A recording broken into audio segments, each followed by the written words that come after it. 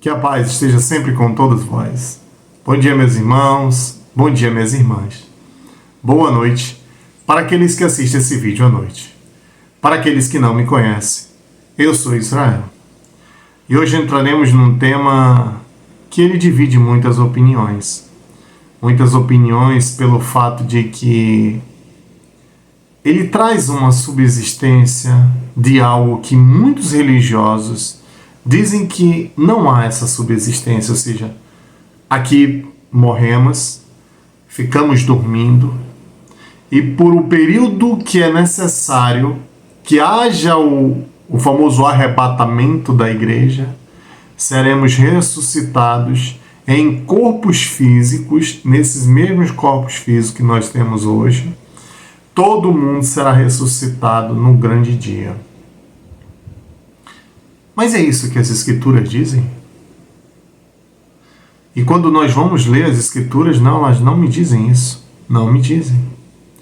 Veja quando nosso Senhor fala nesta passagem, da qual é o título do vídeo. Não temas aquele que pode matar o corpo, mas não pode matar a alma. Temas aquele que pode jogar tanto o corpo quanto a alma no Sheol. Opa, peraí. Como assim? Pode matar o corpo, mas não pode matar a alma? Então o corpo morre, mas a alma está viva? Palavras de Nosso Senhor. Não, mas não é assim. Então vamos lá. Vamos para uma outra passagem. Alguns fariseus e saduceus chegam com Nosso Senhor e perguntam para ele como seria a ressurreição dos mortos. O que aconteceria na ressurreição dos mortos? Ele leva-se. Eu vou mostrar para vós como está escrito. Observe. Marcos, capítulo 12. Yeshua ensina acerca da ressurreição. Depois vieram a ele os saduceus, que dizem que não há ressurreição. E lhes perguntaram, dizendo, Rabi, Moshe nos escreveu que se o irmão de alguém morre, deixando esposa sem haver deixado filhos, que seu irmão a tome por esposa e suscite descendência para seu irmão. Havia, pois, 7 irmãos. O primeiro tomou-a por esposa, mas faleceu sem haver deixado descendência. O segundo a tomou e faleceu, e tampouco deixou descendência. E da mesma forma o terceiro. E assim os 7 tomaram-na, sem haver deixado descendência. Após todos eles faleceu também a mulher. Na ressurreição, de qual deles, pois, será a esposa? Porque os 7 a tomaram. Yeshua lhes disse, Moshe não escreveu isso, e essa lei não é a lei do Todo-Poderoso Yahvé, como o Moshe escreveu. Por isto é que vós estáis errados. Por que vós não entendem as Escrituras Sagradas, nem o poder do Todo-Poderoso Yahvé? Porque quando houver a ressurreição dos mortos, não se casarão, nem as mulheres serão dadas aos homens, mas serão como os anjos celestiais, e estarão nos céus.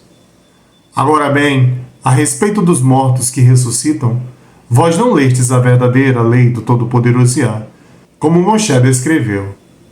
E como foi que o Todo-Poderoso Yahvé lhe disse da sarça ardente, eu sou o Deus de Abraão, o Deus de Isaac, e o Deus de Israel. Ele, pois, não é Deus de mortos, mas sim de vivo. Por isso vós estáis muito errados. Veja como é clara esta escritura. Ele não é Deus de mortos, mas sim de vivos. Por isso vós estáis muito errados. Oh, como assim? Veja que nosso Senhor, o Mashiach, Yeshua, ele nos traz sempre este elo espiritual, o elo do qual os homens não compreendem profundamente isso. Leem as Escrituras de uma forma carnal, de uma forma, vamos dizer assim, mais amigável, algo que ele poupe e algo que ele entenda. E aí ele traz uma tradução ou uma interpretação da forma que ele mais convém que o coração dele aceite. E ele não quer mudar esse aspecto, por quê? Porque é mais tranquilo, muito mais tranquilo. Mas não, a alma não morre. O corpo sim padece. E do pó vieste, ao pó lhe retornará. Mas a alma sim, a alma permanece viva. E ela segue o seu curso. Muitas das vezes, aquelas pessoas que entendem mais do elo espiritual, eles interpretam como a alma, ela é o ser vivente, ou seja, quando está em corpo, vamos dizer assim, encarnado em um corpo, como somos hoje, como diz as escrituras, Nefesh Hayah, alma vivente. Ok, alma vivente. Mas a alma não morre? A alma não tem uma vida? A alma não estava viva antes de entrar neste corpo? Sim, estava. Como diz nosso Senhor, a alma não morre. Opa, peraí. Mas como é isso? Como podemos entender isto? Muitas das vezes nós temos um elo de rompimento do qual fere muito, mas fere muito mesmo o ser carnal. E esse rompimento é o rompimento dito por muitos como morte. E aqui há um rompimento carnal. Aquilo que acabou. E para muitos é chocante porque este rompimento ele sela, ou seja, ele quebra laços dos quais muitos são familiares.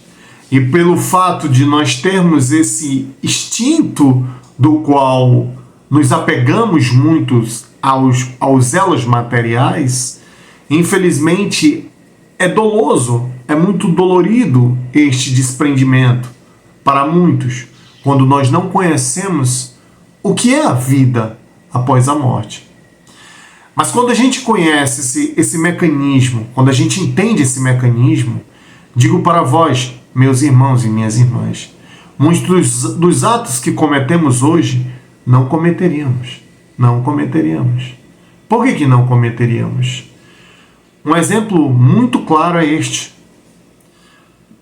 Aquele corpo morrerá, mas a alma continuará viva. E aqui é um grande perigo.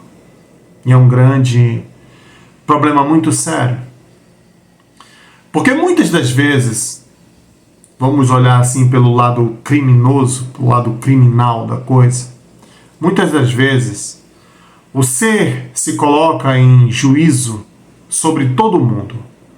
E neste elo de juízo sobre o mundo, ele tenta e ele ceifa, muitas das vezes, nem tenta, ele ceifa a vida de alguém, achando que aquilo ali terá um fim. Ele porá um fim no mal do qual ele julgou como sendo mal. E ele colocará um fim naquele mal. Só que aí ele está muito enganado. Que agora ele libertou aquele mal para agir em cima da vida dele de forma que ele não tem mais controle. Por que ele não tem mais controle? Porque agora ele não vê mais aquele mal.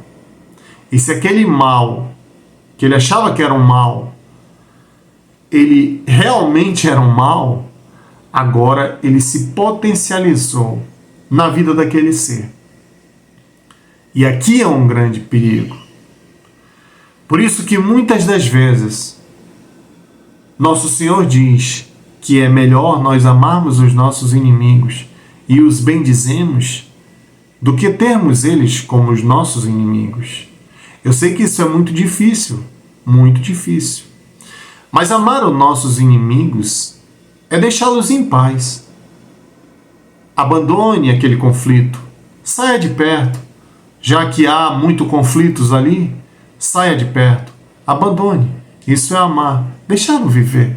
Não procure causá-lo dano, não faça nada isso.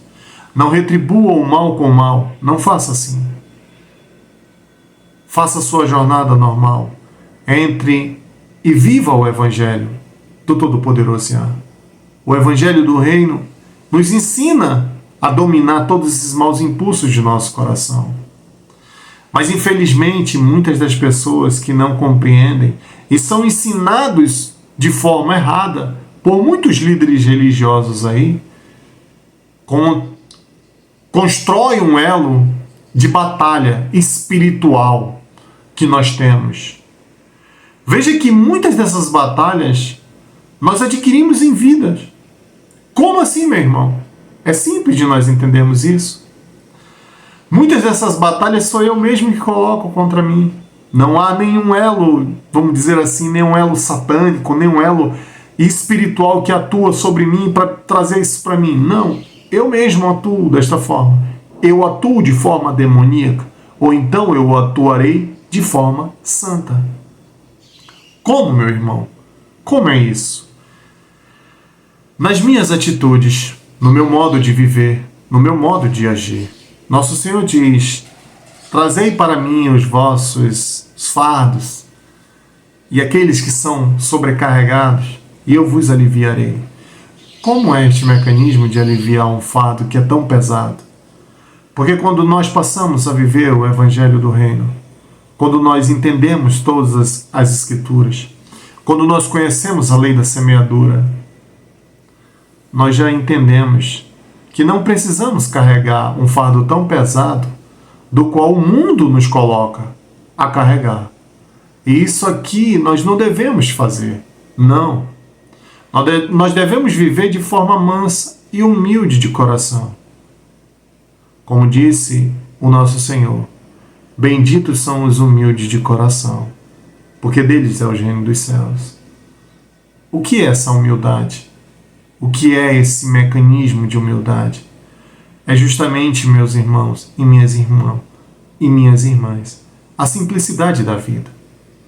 Muitas das vezes nós queremos algo que está fora do nosso patamar. E por eu querer aquilo tanto, eu começo a trazer coisas para a minha vida e coisas malignas para que eu alcance aquele elo. E infelizmente não é benéfico isso. Você pode até chegar a esse patamar e conseguir aquilo que você tanto almeja, mas chegará de forma iníqua, de forma perversa, de forma que muitas das vezes terás que passar por cima de muitas pessoas e fazer algo do qual, infelizmente, como eu vos disse, trará um fardo muito pesado para vós. E é isso que nós devemos entender. Um criminoso, como eu já vos disse, quando ele mata alguém, ele acha que ele deu um fim naquele mal que ele julgou ser um mal. Mas infelizmente não. Ele o libertou. E ele o libertou agora para agir não só em cima dele, mas em toda a sua família. E isso é um elo muito gravíssimo. Muito gravíssimo. E eu trarei aqui uma reportagem para vós e mostrarei para vós o que eu estou vos dizendo é verdadeiro, para que vós entendam tudo isso que eu estou vos dizendo. Observe esse caso. E você dormia bem? Depois de matar? Às vezes dormia, mas às vezes um monte de... Agora não, já faz uns 4, 5 anos que graças a Deus sumiu. Você pedi muito para Deus para sumir. Eu tinha pesadelo, pessoa que eu já tinha matado conversava comigo através do quê? De cobra, de animal. Você ouvia vozes? É? O que essas vozes falavam? Não, no sonho, no pesadelo. Chegava os pés suados, sopar a camiseta. E eu matava ele de novo. No sonho? No sonho, né? Matava de novo. Esses pesadelos desses mortos que você... dessas vidas, te perseguiu até quando? Perseguiu mais ou menos uns 20 e poucos anos, ó.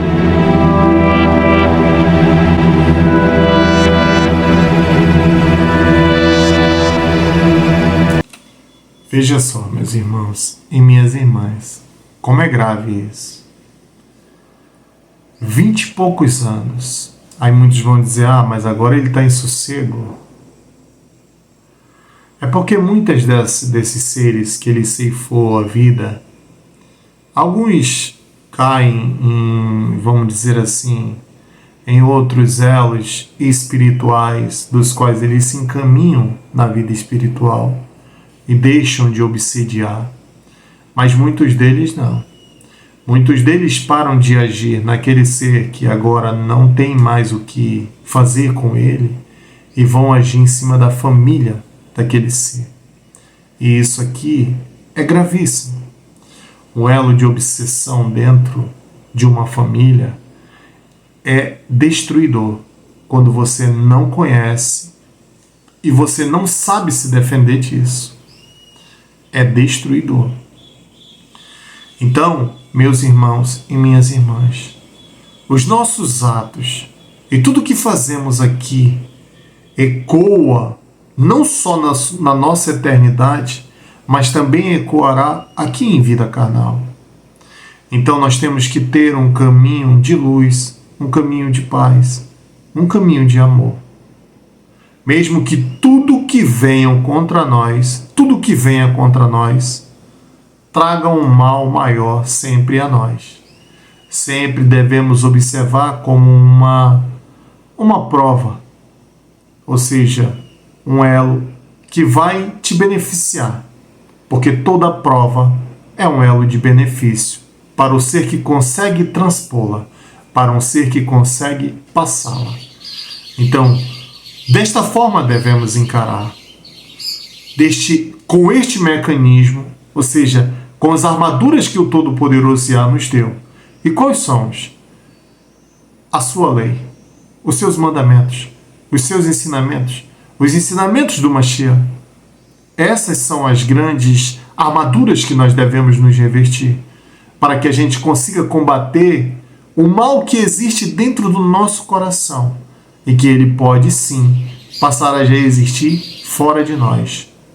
Mas tudo são os nossos pensamentos. Como disse nosso Senhor, a lâmpada do teu corpo são teus olhos. Se os teus olhos são bons, todo o teu corpo resplandecerá. Mas se os teus olhos são maus, tu estarás em trevas. E se o que habita em teu coração são trevas, qual grande não serão tuas trevas? Mas sei que muitos irão dizer, mas meu irmão, o porquê que nós não entendemos assim? Porque infelizmente, meus irmãos e minhas irmãs, nós estamos sendo doutrinados por líderes que não têm um conhecimento mínimo sequer das Escrituras. Não tem. Por que eles não têm o conhecimento mínimo? Porque quando eles adentram no mundo das Escrituras Sagradas, muitos deles são doutrinados por outros líderes que já têm a sua doutrina formada. Acreditar que nós estamos dormindo é uma doutrina formada de uma determinada denominação. Acreditar numa vida após a morte é outra doutrina formada de uma outra denominação.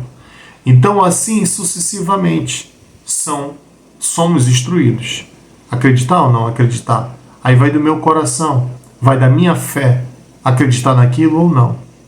Então, aquilo que é mais confortável para mim é o que eu vou adotar como verdade. Observe neste próximo vídeo que eu irei mostrar para vós como é difícil você entender o mecanismo da Escritura de forma plena. Como é difícil quando você não tem um conhecimento tão profundo das Escrituras. Observe. Você tem uma vantagem. Você sabe que você não vai pro inferno. Isso não. Pode mostrar aí. Se o inferno existisse, tava bom. Você não vai, né? Porque Não, o inferno não existe? não existe. Não. Você tem certeza disso? Absoluta. Eu posso ficar despreocupado. Pode. Totalmente. Ele não está falando uma mentira agora, tá? Ele está falando que o inferno não existe. Mas olha aqui, ó. Vamos parar aqui. Temos que entender o que ele entende por inferno. Temos que ver o que ele está entendendo por inferno. O que existe hoje é um elo, vamos dizer assim, como eu já vos disse, purificador do ser. Todo o ser que comete mal ele passa um período de tempo ali num lugar muito sombrio, dependendo do grau daquilo que ele fez, ele vai sofrer uma boa parte dali, um sofrimento até muitas das vezes que ele nunca nem teve experimentado esse sofrimento aqui em vida. E aí ele passa por esse elo de purificação para que ele consiga ter uma evolução mínima possível, mas infelizmente desta forma, muitos dessa forma, eles conseguem esta evolução para que ele tenha uma segunda chance e assim sucessivamente. Sei que isso aqui soa muito ruim para muitos que não acreditam na encarnação e na reencarnação, mas como eu já vos disse, já provei para vós, está aí no canal, quem quiser ver. Por que nós temos esse mecanismo?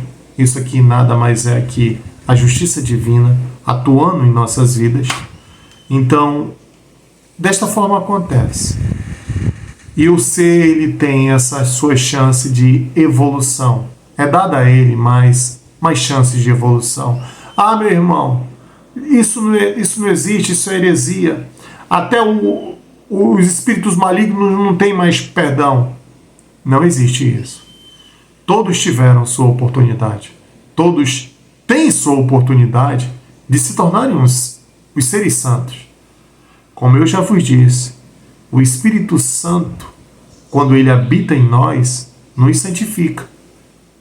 É esse Espírito Santo que somos nós.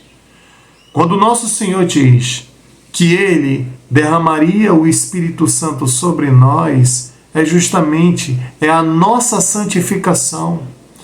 Ele nos imergiria, ou seja, como é dito, nos batizaria no Espírito de Santidade.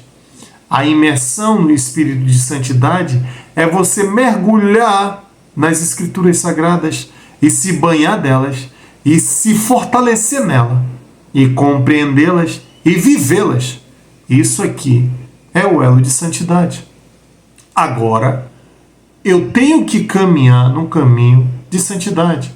Não, meu irmão, nós não somos santos, somos pecadores.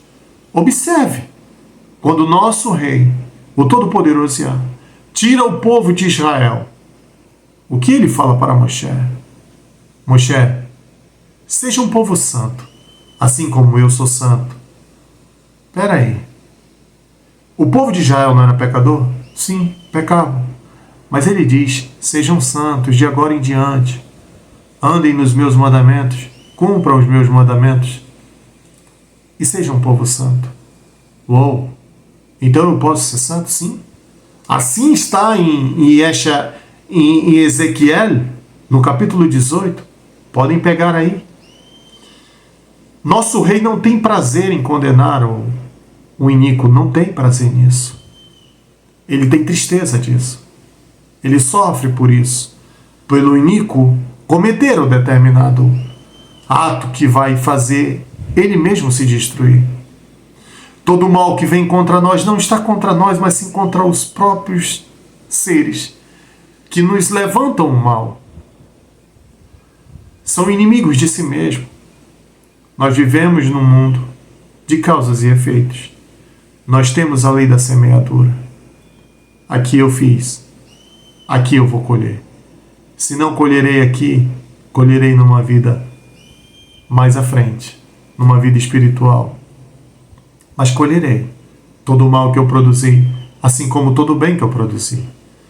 Então aqui, isto aqui é muito importante. Nós devemos entender. E porque eu não consigo entender essas coisas, eu fico em determinados ensinamentos dos quais vai confortar o meu coração, mas não é verdadeiro. Não é. Vejam ele. Acredita em inferno? Não acredito. O inferno não existe. Tudo bem, ok. Agora não. Agora o que existe é como diz os católicos, um purgatório. Tudo bem, vamos ficar com essa palavra. Purgatório, para denominar isso. Um elo de purificação do ser. um elo onde as pessoas têm que passar por determinados sofrimentos para alcançar uma... Mas chegará um dia que esse dia o inferno será real. Por que o inferno será real nesse dia, meu irmão? Porque esse é o grande dia que o Espírito do Todo-Poderoso não habitará mais sobre essa terra. Ele não verá mais as coisas que aqui se passam. Ele não escutará mais as orações dos homens, nem das mulheres, nem de qualquer ser. Não escutará. E esse é o grande inferno. É quando serão abandonados. É quando a vida eterna será de sofrimento. Esse chegará um grande dia. E está muito próximo de acontecer. E por isso eu vos digo, mudem os vossos caminhos, meus irmãos e minhas irmãs. E vivam a verdade como ela é, plena e bela. Mas vivam, como disse nosso Senhor, aqueles que escutam as minhas palavras e as praticas serão semelhantes a um homem prudente que construiu sua casa sobre a rocha. Mas aqueles que escutam as minhas palavras e não as praticam serão semelhantes ao homem que construiu sua casa sobre a areia. E aí, vós já sabem do final das duas casas. Então, meus irmãos e minhas irmãs, observe como que o ensinamento errado faz com que muitos se desencaminham. Mas isso aqui, meu irmão, é elo que eu tenho que observar em que sentido? Para que vós não peguem um ensinamento desse e tragam para as suas vidas como verdade absoluta sem observar as Escrituras. Observem as Escrituras antes de entender, ou seja, antes de viver um elo do qual não é verdadeiro. Mas vamos lá que eu vou vos mostrar para vós o porquê que o que ele estava dizendo não é verdadeiro. Vamos lá. Eu acho que tem um inferno, sim. Tá Se na tem? nossa cabeça. Eu acho que na nossa cabeça tem um inferno. Deixa eu usar um exemplo aqui para provar para os senhores se o inferno existe, o negócio tá feio. Vamos para os ditos de Jesus. Deixa eu ver onde está isso aí agora. Lucas capítulo 23, por favor. Deixa eu ver se é Lucas 23. Lucas 23. Vamos lá. Mas você não acha que tem um inferno dentro do ser humano, assim? Dentro do nossa ser humano? cabeça? O inferno não é aqui? Não. Vou provar Porque que... tem essa teoria, né? De que a gente já tá aqui pagando os pecados já. Eu vou provar que não. Sobe, por favor. Sobe. Pode subir. Sobe. Pode ir. Opa. Aí, para aí. Sobe, pode subir. Tô falando que você é ateu, sabe? Aí, tá vendo? Falei pra você. Mas assim, ó, mesmo se eu for ateu, senhores, qual o problema? Qual o problema de eu ser ateu? Aí eu queria um crente. Debata comigo. Vem você, crente, com o seu Espírito Santo e debata comigo, venha. Vamos ver. Você com o Espírito Santo tem que me superar no debate, hein? E eu sou ateu, hein? Eu não tenho Espírito Santo, não tenho nada. E você, crente, tem. Vamos ver, então? Vamos ver? Eu desafio qualquer um. Cara, e se vier um cara de Macedo? Eles Pô, querem, Jesus. pô. Não, mas... Ô, Robertinho, eu vou te falar. Às vezes a gente tem que tampar os ouvidos, né? Porque é tanto palavrão e isso é ruim para nós assim. Mas enfim, é o que tem. E aí, hoje tá tão normal isso que é isso que as pessoas gostam, né?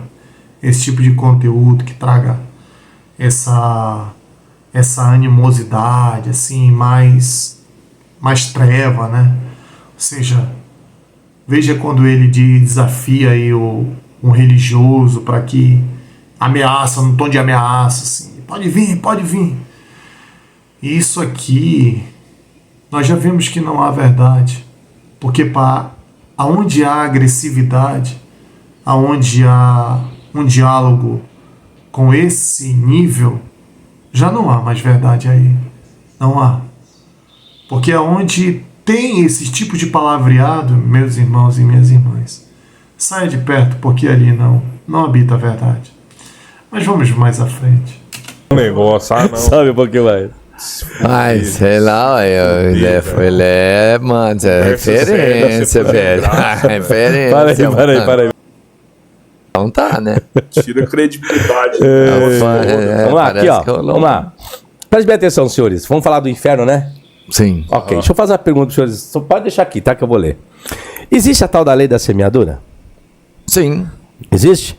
Ok. Preste atenção, eu sou ateu, né? A única coisa que o ateu tá fazendo aqui é ler a Bíblia aqui e provar para os senhores crentes, tá?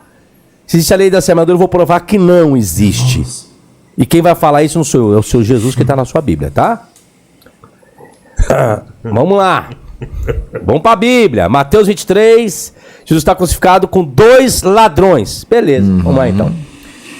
Versículo 36. E também um Não soldado. é Mateus 23, tá, pessoal? É Lucas 23. Mateus 23 nem trata disso. Mas aqui é Lucas 23. Só que ele, como ele tá eufórico, ele falou Mateus 23, mas não é. Mas vamos lá. Soldados o escarneciam, chegando-se a ele, apresentando-lhe vinagre. E dizendo: se tu és o rei dos judeus, salva-te a ti mesmo.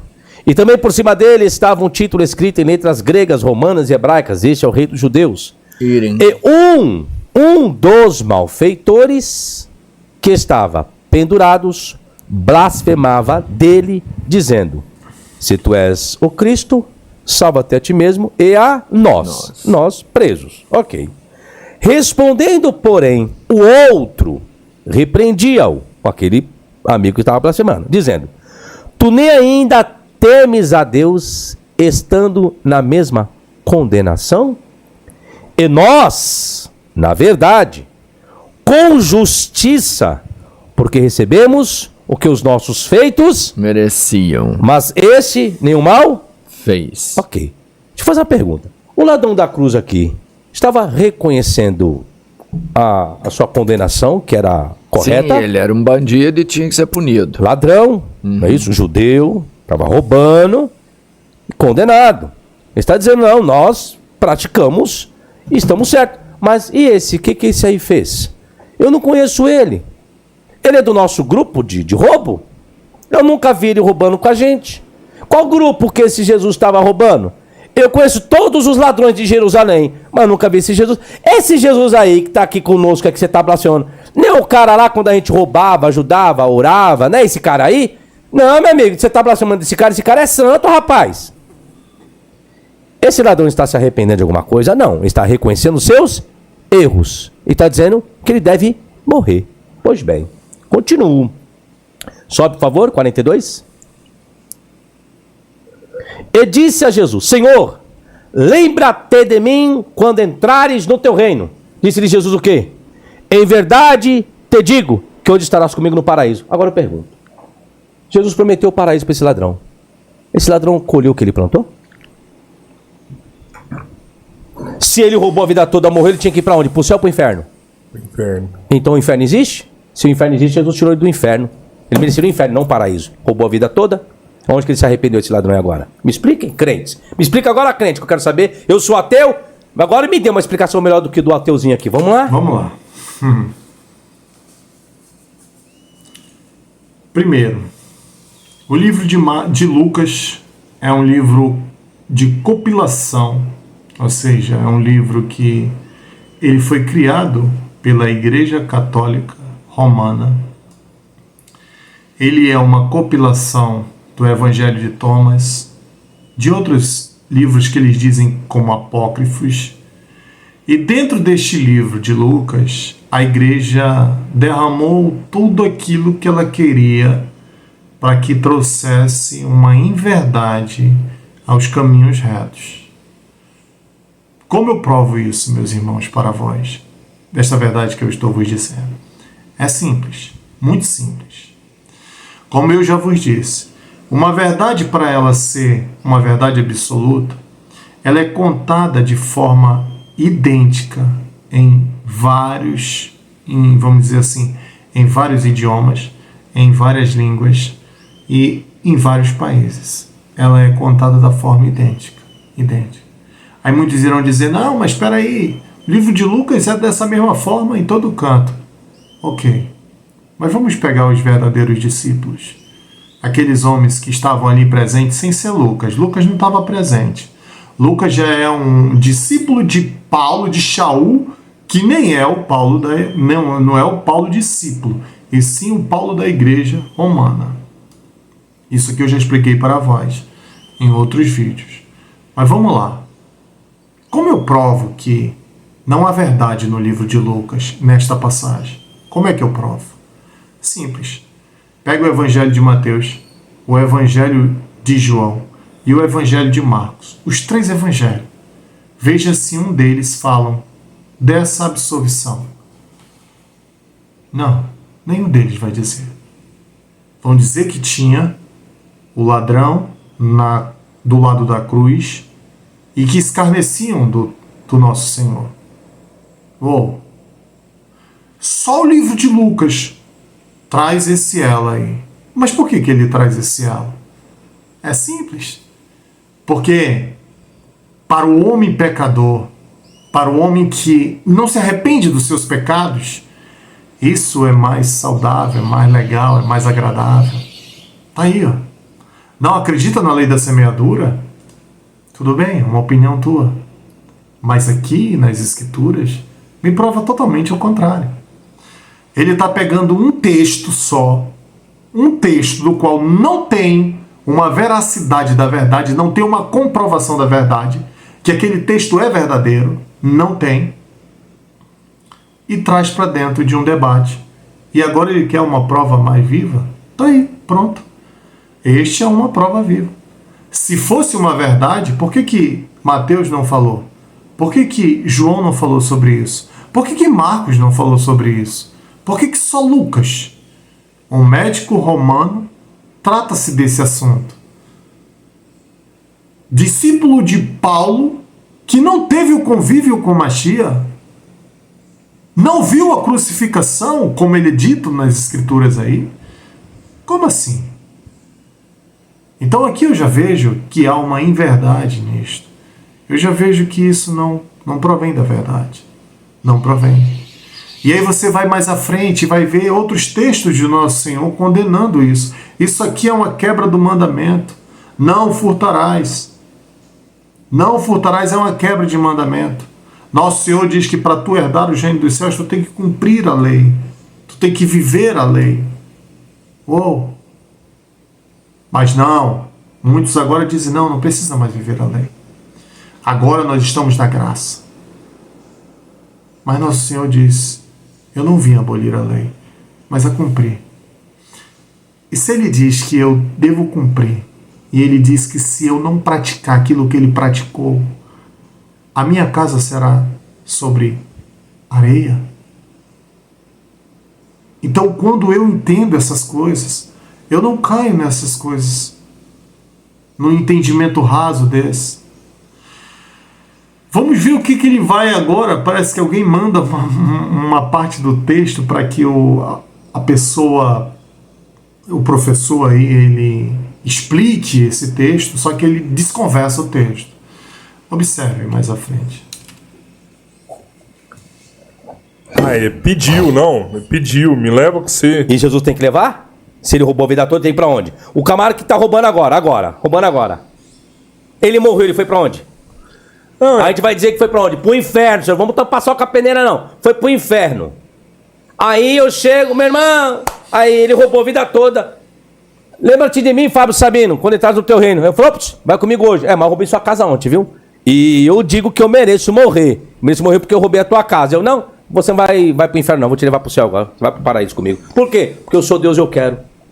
Mas que lei da semeadura é essa daí? Você tá falando com o chefe dos porcos ali, meu irmão. Que lei da semeadura é essa? Me explique. Não, mas você tá falando com o chefe dos caras ali. Você conhece o cara que consegue fazer as coisas, né? Então se Jesus... E aí você tá falando do cara que perdoa, né? Vamos lá. Camarada rouba. Qual a lei da semeadura? Camarada roubou.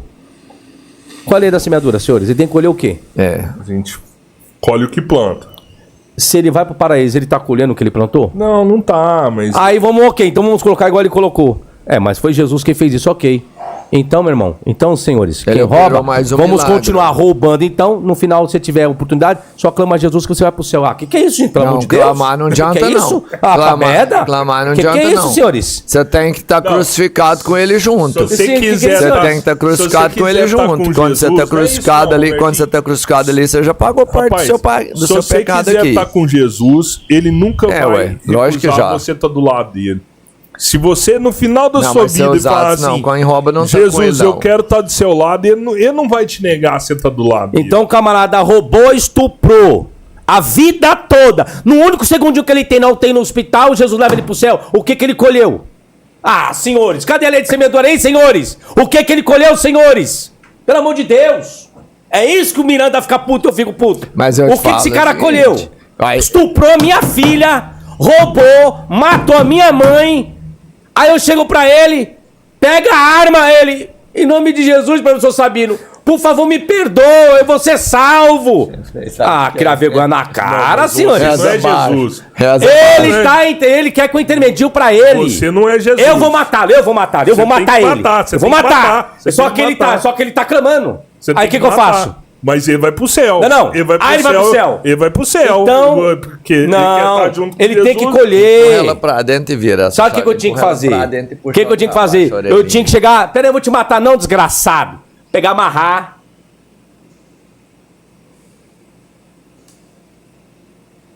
É nossa.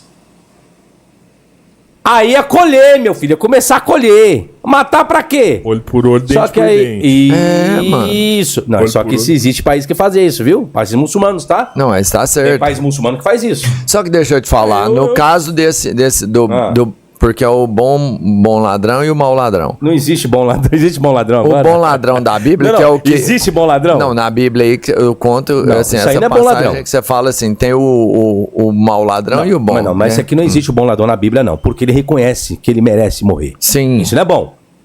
O reconhecimento dos seus atos é benéfico. O outro é um estúpido, porque ele está blasfemando de Jesus. Sim. Ok? Mas não Mas existe o bom olha ladrão, aqui pra tá? você ver. Vamos pensar o seguinte: esse cara, ele cometeu os crimes dele, ele reconheceu o crime dele Aham. e, pelo menos na lei dos homens, ele pagou. Pagou o quê? Porque se a gente pensar como é. A morte? Não, também. Porque se a gente pensar que hoje, por exemplo, na sociedade que a gente vive, o cara que comete um crime, ele vai lá, fica preso, ele pagou a sua dívida para a sociedade. Essa dívida tá paga. Como é que ele pagou isso? Ele perdeu a liberdade dele, teve um sofrimento lá e tal, e se recuperou para viver em morreu. sociedade de novo. Esse ladrão, na época, ele estava lá crucificado. Ele pagou a dívida dele. Né? Então esse pecado... Não, pagar pra ele a morte. Esse pecado que ele tinha de ter roubado as coisas sociedade. foi pago lá. E aí eu não sei se vale então também esse pagamento, já que foi feito aqui, entre os homens, o mal que ele fez é para o homem. Pela interpretação do rapaz aí, pode-se dizer que sim, pagou, mas aí você vê o quebramento da lei espiritual, ou seja, da lei divina. Quando o nosso Senhor fala, não furtarás, o nosso rei diz, não furtarás. Então, há uma lei também quebrada, que é uma lei espiritual. E aqui haverá a lei da semeadura, a lei da colheita. Não tenha dúvida disso. Ele vai colher aquilo que ele plantou. Já está começando a colher. Quando é dada a condenação a ele, isso já é o início daquilo que ele plantou. Quando esses homens, que se dizem professores, se dizem líderes religiosos, ensinam determinadas coisas, nesse sentido, com um conhecimento raso, e é transmitido para a sociedade este conhecimento, isso aqui, meus irmãos, é um elo tão danoso, mas tão danoso, que vós não tem o entendimento disso. Sei que muitos compreendem, mas sei que muitos não compreendem. Porque isso entrará e soará como um elo benéfico. Que eu não tenho inferno, não tenho um elo de punição, não há nada que vai me parar, então eu posso fazer. Eu não tenho isso, não existe esse mecanismo. Então eu posso fazer o que eu quiser. E vai ser tudo bacana, como o mesmo cara falou. Então agora ele se coloca contra aquilo que ele falava. Não, não existe inferno. Aqui existe... O que existe é... Não sabe nem explicar o que existe. Mas ele diz que não existe inferno. Só que agora ele já viu, veja que na sua própria postura, ele já se coloca como, peraí, isso aqui é injustiça. Se não houver uma punição para esse cara que matou, que estrupou, que fez isso, que fez aquilo, não há justiça divina. Mas isso a gente não observa na vida. A justiça divina ela é verdadeira. Como diz alguns, tarda, mas não falha. É verdade. Muitas das vezes você vai ver um iníquo percorrendo toda a vida dele, na iniquidade está tudo bem, tudo bacana. Só que chegará um dia que haverá uma cobrança. Chegará um dia do qual ele ficará num mundo do qual o Todo-Poderoso Yah realmente agora lhe lida, ele tem domínio sobre aquilo ali, e ele vai dizer para ele: o que tu fizeste com a vida que eu te dei, com o mundo que eu te dei, para que tu aprendesse o que era o bem, o que era o mal, mas que tu se enriquecesse com o bem. O que tu fizeste? E aí começa-se o elo da semeadura, ou seja, da lei da semeadura. Mas vamos mais à frente. Pagou pro homem, e depois ele vira e fala assim para Jesus: me leva com você, a dívida dele tá paga aqui. E aí ele faz um outro acordo para ir pro lugar que ele acha que era o melhor. E aí Deus aceita esse acordo com ele. No caso, representado pelo seu representante na terra, que é Jesus. Então, isso aí que você criou, chama-se heresia. Por que heresia? Porque você está saindo da lei da semeadura. Entende?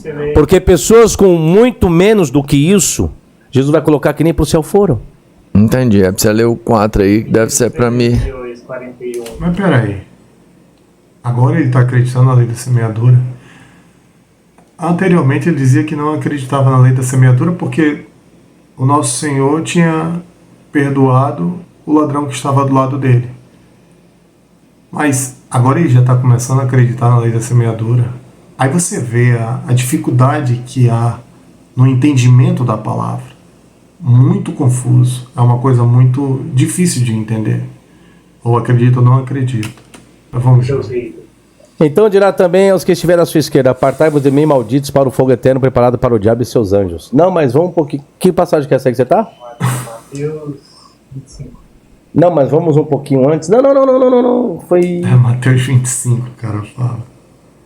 Por que ele corre dessa passagem?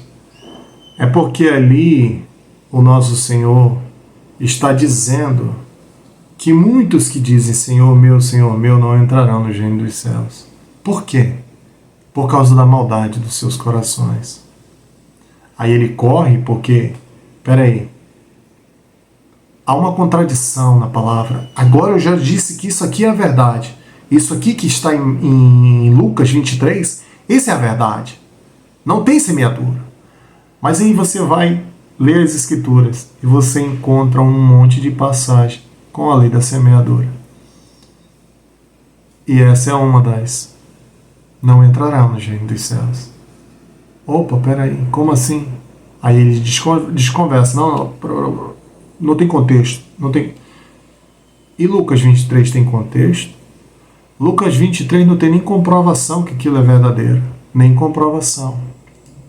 Mas como eu já vos mostrei de quem era essa escritura e para quem foi essa escritura e para quem foi que o nosso Senhor falou estas palavras, que em verdade te digo hoje, tu estarás comigo nos reinos dos céus.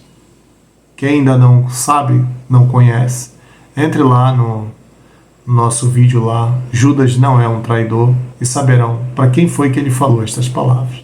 Mas vamos mais à frente. Parei.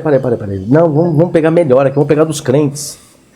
Sobe um pouquinho. É isso aí, o hater que mandou. Esse quer te quebrar, quer essa aí, né? Não? O hater quer te pegar com essa passagem aí. Hã?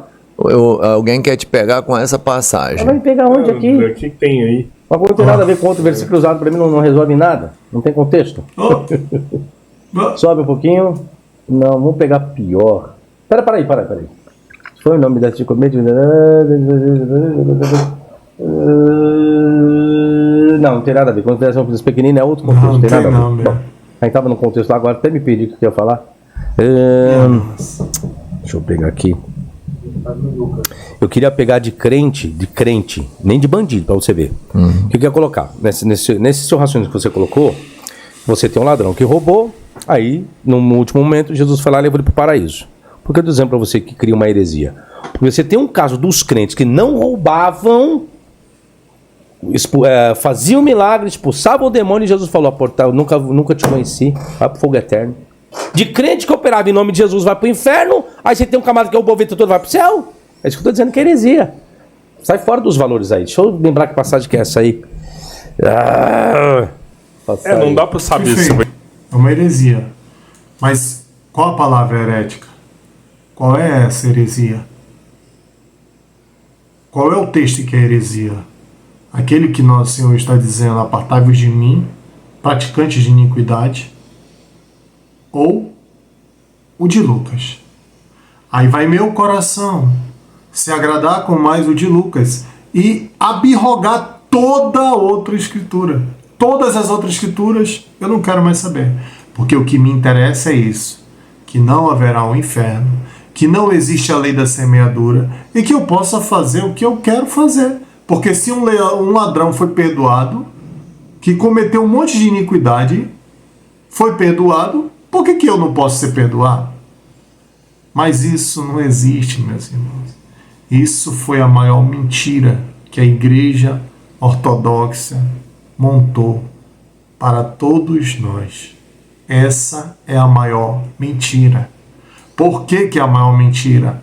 Leia todas as Escrituras. De ponta a ponta é um elo de condenação esse. Aí agora não. Colocaram um que... Por isso as pessoas acreditam que elas não precisam fazer nada. Basta aceitar Jesus no último dia da tua vida, pronto, tu já está indo no paraíso. Por que eles acreditam nessa? Por causa dessa escritura. Mas se você for observar, só quem fala dessa escritura é Lucas. Aí você vai pesquisar quem era Lucas. Quem foi Lucas? Aí você encontra toda a mentira. Um livro compilado de outros, criado pela igreja, fundamentado em cima de um Paulo que também falou um monte de bobagem, destruiu coisas que o Mashiach tinha feito, para unir aquilo que os homens mais queriam. O quê? O perdão sem precisar de sacrifício algum. Um perdão do qual é mais fácil. E por isso foi criada essa historinha. E por isso as pessoas acreditam nisso. Mas isso está longe da verdade. Mas vamos mais à frente. Você salvou, não? Não, isso aí não existe, pelo amor de Deus. A parada é essa, pelo não dá amor pra de você Deus. saber. Não, isso aí não existe, Às pelo amor de vezes Deus. na Bíblia você pode fazer Por isso que eu merda falei a isso, vida porque inteira e no final ali vai. É isso que eu falei. Se você coloca isso na prática, isso é um perigo. Você está condicionando, então, a pessoa a estuprar, a roubar, por quê? No último segundo, se você tiver tempo, você vai pro céu. Pelo amor de Deus, gente. Que é isso? Então, vamos parar de fazer coisas louváveis nessa vida. Vamos roubar, vamos matar, vamos estuprar. Por quê? Porque no final todo mundo vai pro céu. Onde que eu não consigo conceber isso? No final você arrepende das merdas que você fez. Aí eu tô no céu. Entendeu? Mas Não, nem coloca, só porque... Às vezes eu fico confuso. O inferno não existe, como ele disse. Depois ele pega a história do ladrão da cruz e afirma que não existe a lei da semeadura. Inferno não existe, lei da semeadura também não existe. Depois ele não aceita que aquele ladrão que estava na cruz, como é dito, na cruz, não no madeiro, na cruz, como é descrito, ele agora não pode ir para o reino dos céus, porque, peraí, tá aí como ele está dizendo? Não aceito isso, eu não aceito. Como podes isso? Veja a confusão de pensamento dentro do próprio ser. Ele não consegue apontar aquilo que ele acredita, ele mesmo acredita. Fica uma confusão, uma trilogia que tu não sabes se ele acredita ou não na semeadura, se ele acredita ou não no inferno, mas ele quer te traduzir, quer te trazer à força um pensamento que nem mesmo ele conhece, que nem mesmo ele te dá uma veracidade em absoluto, uma verdade em absoluto daquilo que é o pensamento dele. Tu não vê verdade nisso. Mas vamos mais à frente. Não dá pra você colocar, porque tudo fora de contexto, eu não sei o que as pessoas querem com esses versículos. Sim, Não adianta colocar o versículo se eu não saber o que ela quer com esse versículo. Olha aqui, esse versículo tá, eu falo, sei lá, eu justifico qualquer... Enfim, é isso, meus irmãos e minhas irmãs. Veja que muitos que se dizem professores, que se dizem líderes religiosos, não têm a capacidade de compreender aquilo que falam, infelizmente. E por causa desses ensinamentos é que se perdem muitos, mas muitos se perdem. E eu estou trazendo aqui apenas um professor. Fora os outros que eu também já trouxe, mostrei para vós que não há um entendimento da Escritura em sua verdade absoluta. Não há. Como eu sempre digo para vós, observem as Escrituras por inteira. Não dividam. Não anule uma parte dela. Não, agora a gente está vivendo o Novo Testamento. Não, porque você vai se perder. Para haver uma comprovação da verdade, ele parte de um início. Um Deus imutável, o Todo-Poderoso Yahvé. Ele não muda suas leis conforme vai andando a vida, não muda. Isso é como eu já vos falei, é só olhar para a natureza. Vós irão ver a natureza que ela nunca se modificou, a não ser se o homem bota a sua mão ali, porque aí já é o elo do livre-arbítrio. Mas aquilo que foi criado permanece da forma original até os dias de hoje. Então, um Deus imutável, que não muda os seus aspectos, não irá mudar também suas leis.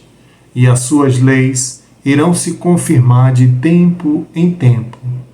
Ele irá trazer para que todos compreendam aos quatro cantos do mundo que aquilo é verdadeiro, que aquilo provém da verdade. Então a verdade ela vai se confirmando. Ela vem com o Todo-Poderoso Yahvé. Depois é passada para, vamos dizer assim, pela boca do Todo-Poderoso Yahvé, pelos profetas. Depois ela é transmitida novamente pelo nosso Mashiach. Depois ela vem mais à frente, de novo em uma outra revelação para um outro profeta e assim sucessivamente. É mostrado de forma clara que aquilo é verdadeiro, que o Mashiach falava é verdadeiro, confirmado através, como eu já vos disse, de uma doutrina que também criou-se como doutrina, mas no momento não era uma doutrina, era apenas uma revelação, assim como foi revelado para os profetas, também é revelado a Allan Kardec, vamos dizer assim, no Livro dos Espíritos. Depois no Evangelho do Segundo Espiritismo você vai ter ainda um profundo entender daquilo que foi transmitido pelo nosso Senhor, pelo nosso Mashiach. Mas aí você tem que também tomar cuidado praticamente assim, em toda a Escritura. Todas as Escrituras você tem que tomar um cuidado. E é o cuidado do qual, como eu sempre vos digo aqui, sempre pegue os mandamentos.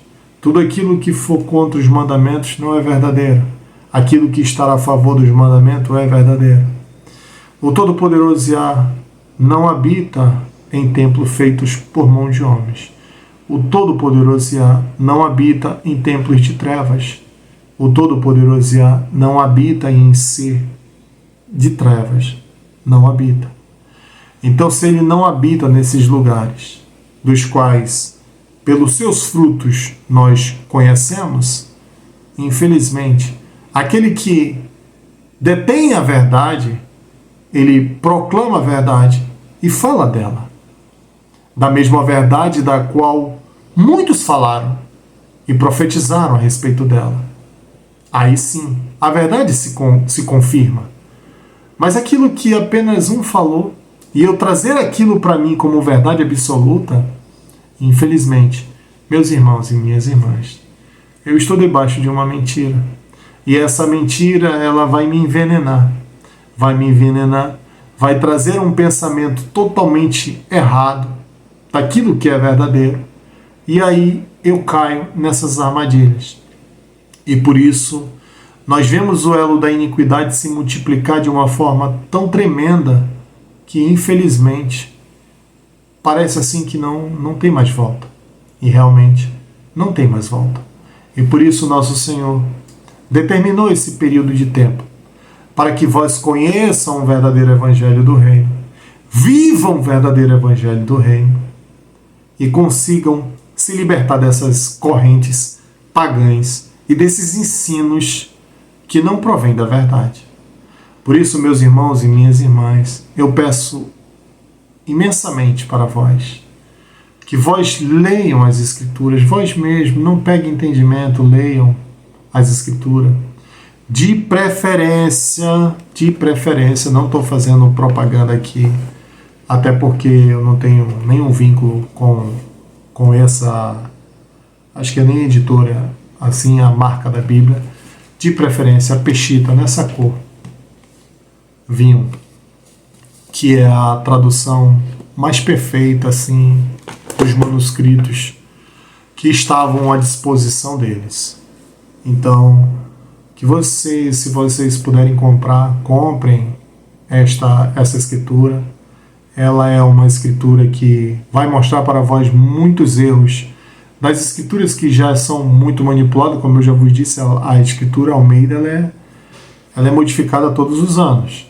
Então, não tem como a gente ter um elo de verdade naquilo, por essas modificações que ela sofre. Então pegue uma escritura que ela tem o seu base na verdade. De preferência para o Antigo Testamento e para vamos dizer assim, para os profetas, né?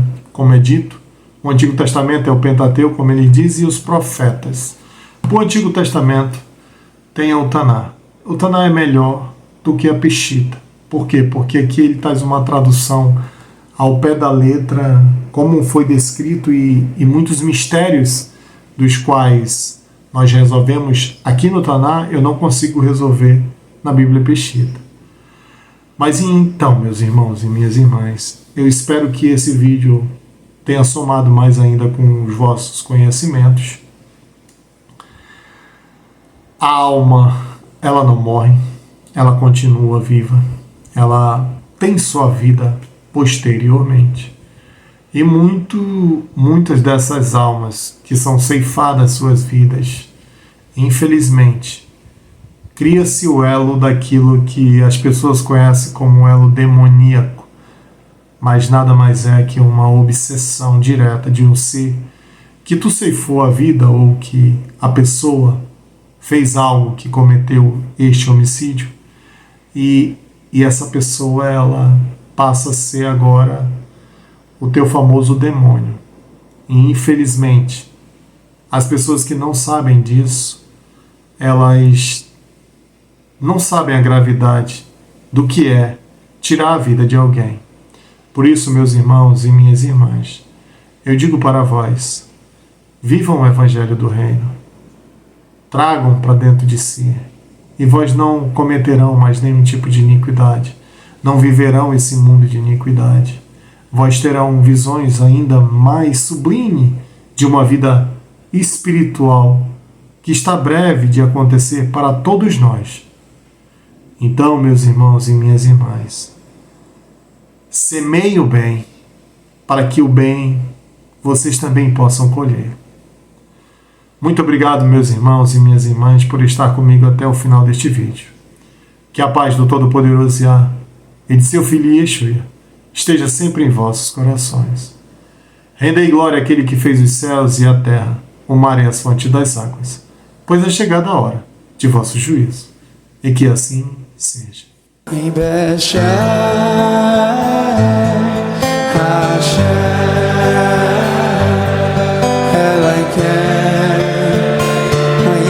esperança.